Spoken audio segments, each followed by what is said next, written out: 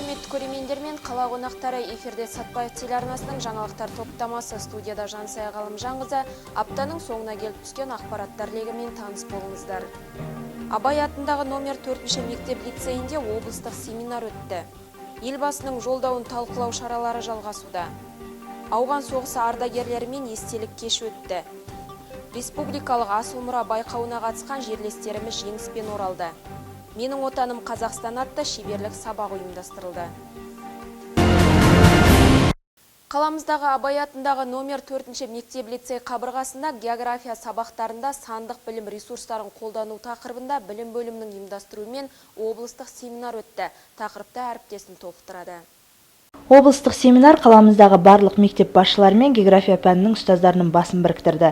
Ең алдымен мектептің кіреберісіне орналасқан көрмені тамашалаған қонақтар одан әрі акт залына жиналды. Ол жерде мектеп директоры Гүлмира Алпысбайқызы және де қалалық білім бөлімінің әдіскері Айгүл Жүнісова семинарды ашып жүргізіп, жалпы мақсатына тоқталып өтті.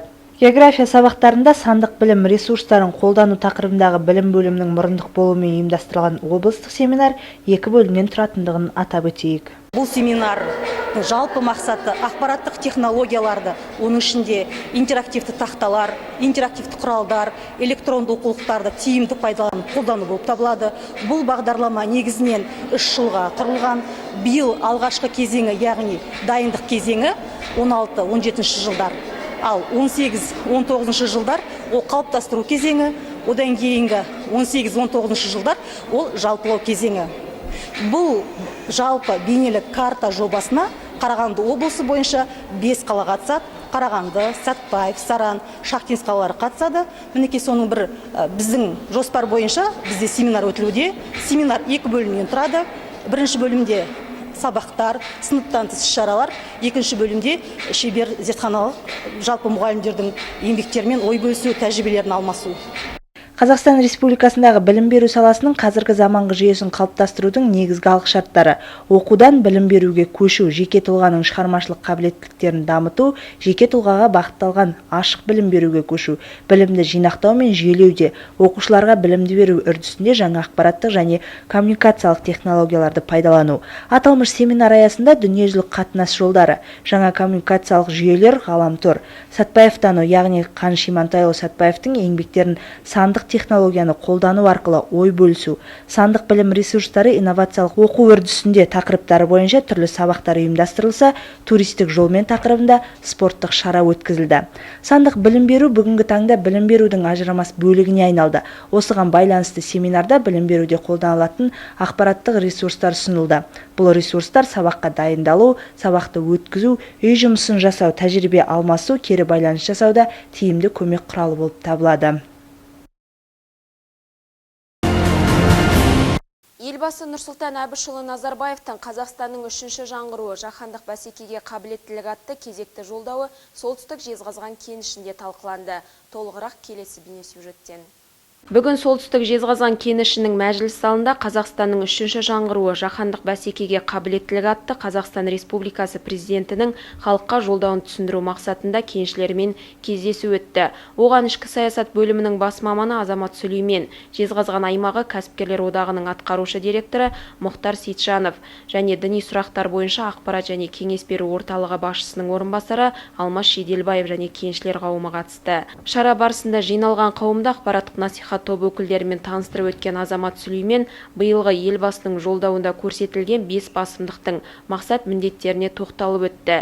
Сондай-ақ сөз кезегін алған Жезқазған аймағы кәсіпкерлер одағының атқарушы директоры Мұхтар Бақытұлы елбасының халыққа жолдауында отандық экономика өсуінің сапалы жаңа орындарын ашудағы кәсіпкерліктің ерекше рөлін атап көрсетіп, экономиканың қай салаларына үміт артатындығын және жаңғыртудың жаңа бағыты туралы жолдаудың 5 бағытына тоқталып, мемлекет басшысы қойған міндеттерді ойдағыдай шешуге шақырды. Енді 2050 жылға дейінгі стратегияда Нұрсұлтан Әбішұлы бізге осындай үлкен мақсат қойып отыр. Ол 50% жаңа ішкі өнімні, ВВП ішкі өнімнің 50%-ын кіші және орта бизнес арттыру керек. Сондықтан біз мына шикізаттан басқа өнімдерді шығаруға бағытталуымыз керек. Үшінші қозғалған сала ол білім саласы.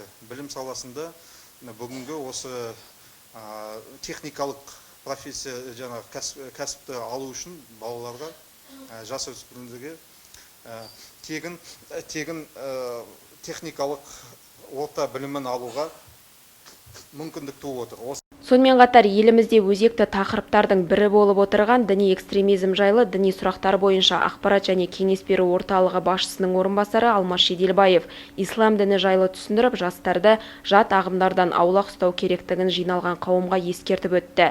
Бүгінгі таңда жастардың көбісі ғаламторда ұзақ отырады. Соның салдарынан жастар теріс мәліметтерге тап болып, психологиялық өзгерістерге ұшырап жатады. Ғаламтор уақытымызды босқа кетіріп, жалға мәлімет беріп, діни экстремизм тіпті азғындыққа итермелеуі мүмкін. Сондықтан жат ағымдан жастарды сақтау ең алдымен ата-ананың тәрбиесіне байланысты екенін ұмытпауды да Алмас Шеделбаев тілге тиек етті. Сөз соңында Азамат Сүлеймен кездесуге қатысушыларға елбасының Қазақстанның 3-ші жаңғыруы жолдауын жүзеге асыруда табыс пен сәттілік тіледі.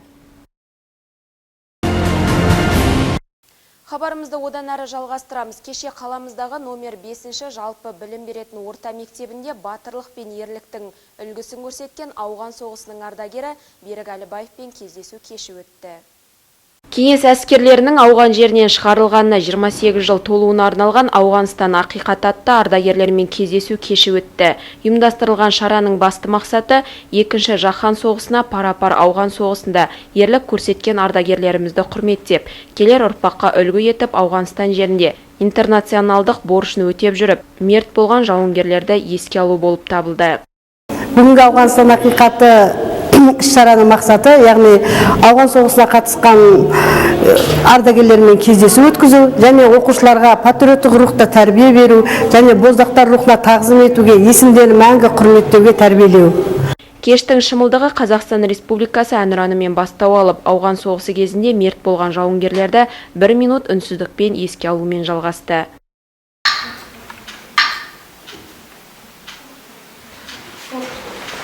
Әрі қарай кештің құрметті қонағы ауған соғысының ардагері Берік Әжібаев зұлмат соғыс кезінде бастан кешкен естеліктері жайлы сыр шертіп оқушылармен сұхбаттасты. 87 жылы әскер қатарына шақырылдық. Мен өзі Жезд поселкесіне шақырылдым. 6 ай Нагорный Карабах дейді, Азербайжан қаласында Степановичтің қаласы болды. 6 айда бізді түскен уақытымызда дайындыққа. Осы бізді Ауғанстан жеріне жібереміз деп бізді дайындады. Кеш барысында мектеп әкімшілігі мен мектеп оқушылары дайындаған мағынасы соғыстың қасіреті атты көрініс қойылып, ұйымдастырылған шараның соңы әсем әнге ұласты. Ағымдағы жылдың 13 мен 16 ақпан аралығында Алматы қаласында өткен республикалық асыл мұра байқауына қатысқан жерлестеріміз бас жүлдені қанжығаларына байлап жеңістің туын желбіретіп қайтты. Бүгін біздің түсіру тобымызбен жеңімпаздардың ата-аналары және мәдени сауық орталығының ұжымы жеңіспен оралған балаларды Жезқазған теміржол вокзалынан үлкен құрметпен күтіп алған болатын. Осы жөнінде толығырақ келесі бейнесюжеттен. Асыл мұра байқауына кеткен балаларымыз жүлделі орын алып келе жатыр. Мен Серіков Алдиярдың әжесімін. Алдияр менің немерем. Осы ата-аналар атынан мәдениет және тілдер бөліміне алғысымызды айтамыз. Оның ішінде Райхан Мұратқызына рахметімізді айтамыз. Балаларымызды осындай өнерге жетелеп жүрген. Ағымдағы жылдың 13 мен 16 ақпан аралығында Асыл мұра халықтық дәстүрлі ән және жеке аспапта орындаушылардың республикалық ән-би байқауы Алматы қаласының Қазақстан жазушылар одағының концерт залында өткен болатын. Аталмыш байқауға біздің қаламыздан аймақтық ұлттық өнер орталығының оқушылары қатысып, бақтарын сынап жүлделі орындарға ие болған еді. Бүгін міне қанжығаларына бас жүлдемен бірінші орынды иеленген жеңімпаздарды ата-аналар мен мәдени сауық орталығының ұжымы және біздің түсіру тобымыз таңғы 6 болмай Жезқазған теміржол вокзалына жиналып, үлкен құрметпен күтіп алды.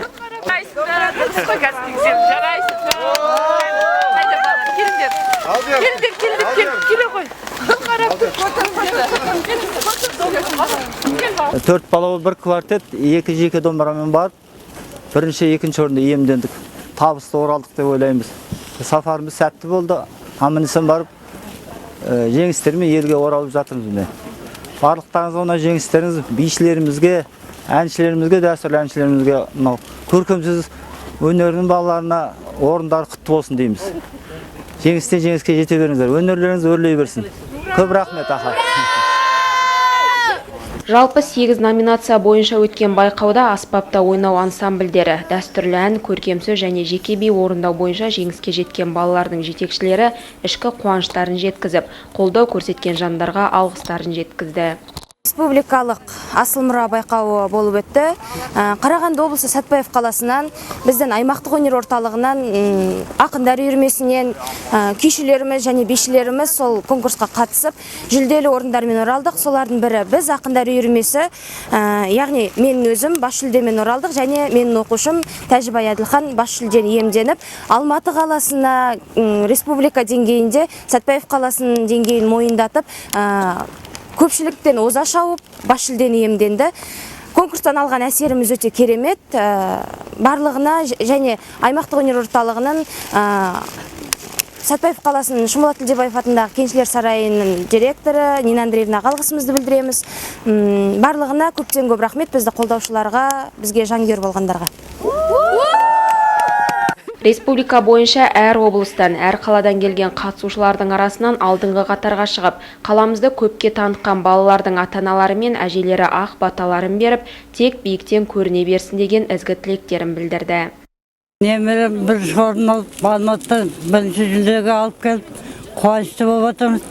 Соны тәрбиелеген мектеп мұғалімдеріне алғысымды айтамын. Иә, баланың бірінші денсаулығы мықты болсын, өмір жасы ұзақ болсын. Мынау тәрбиелеп, жетектеп, үйретіп жатқан Райхан мұғалімге алғысымды айтамын. Өмір жасы ұзақ болып, әрқашан осы табысқа жете берсін. Телеарна ұжымы атынан бізде жеңіс туын желбіреткен жеңімпаздарымыздың алдағы сындарына сәттілік тілеп, тек биік белестерден көріне берулеріне тілектеспіз. Жансай Оразбекова, Еділ Назымбекұлы, арнайы СТА жаңалықтар үшін. Менің отаным Қазақстан осындай атауымен номер 1 ертегі балабақшасында музыка жетекшісі Гүлжан Бекежанованың шеберлік сабағы өтті. Толығырақ келесі бейнесюжетте. Ертегі балабақшасында өткен шеберлік сабағы музыка жетекшісі Гүлжан Бекежанованың жетекшілігімен өтті. Жалпы 20 жылдық еңбек өтілі бар Гүлжан Хамитқызының шеберлік сабағының мақсаты балаларды өнерге баулып, музыка пәнін жетік білуге тәрбиелеу және музыкамен өмірдің байланысын түсіндіру болып табылды. Шара барысында сөз алған балабақша директоры Айжан Исабаева шеберлік сабағының тақырыбымен таныстырып, ұйымдастырушыға сәттілік тіледі. Келген қонақтарға әсем биін ұсынған балабақша бүлдіршіндері тамылжыта ән шырқап амандасты. Здравствуйте, гости,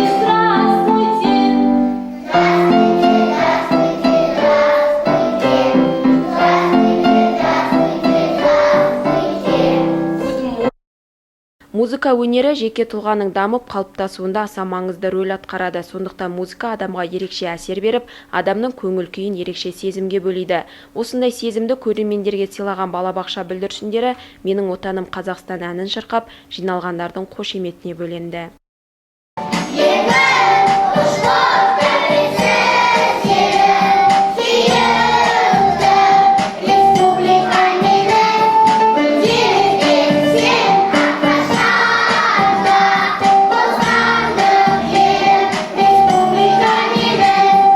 Біздің Гүлжан Хамитовна, музыка жетекшіміз, өзінің іс тәжірибесімен бөлісіп отыр. Жалпы балаларды сәбилік кезден бастап өнерге, әдемілікке, сұлулыққа, туған жеріне деген патриоттық сезімдерді қалыптастыруға тәрбиелейміз. Бүгінгі күнде жиналған халық, осы біздің балабақшаға музыка жетекшілері, осы Гүлжан Хамитовнаның іс тәжірибесінен көп нәрсені үйренеді деп ойлаймыз. Ол кісі балабақша қабырғасында 20 жылдан астап жұмыс атқарып отыр. Енді жемісті бүгінгі күн өтеді деп ойлаймыз.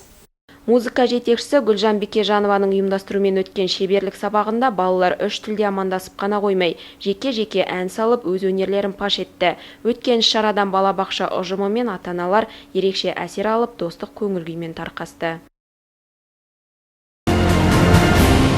Бүгінге келіп түскен ақпараттарымыз осындай болды. Мен сіздермен қоштасамын. Алда ауа райы мәліметі және орыс тіліндегі жаңалықтар. Демалыс күндеріңіз сәтті өтсін. Жағымды жаңалықпен жолыққанша аман сау болыңыздар.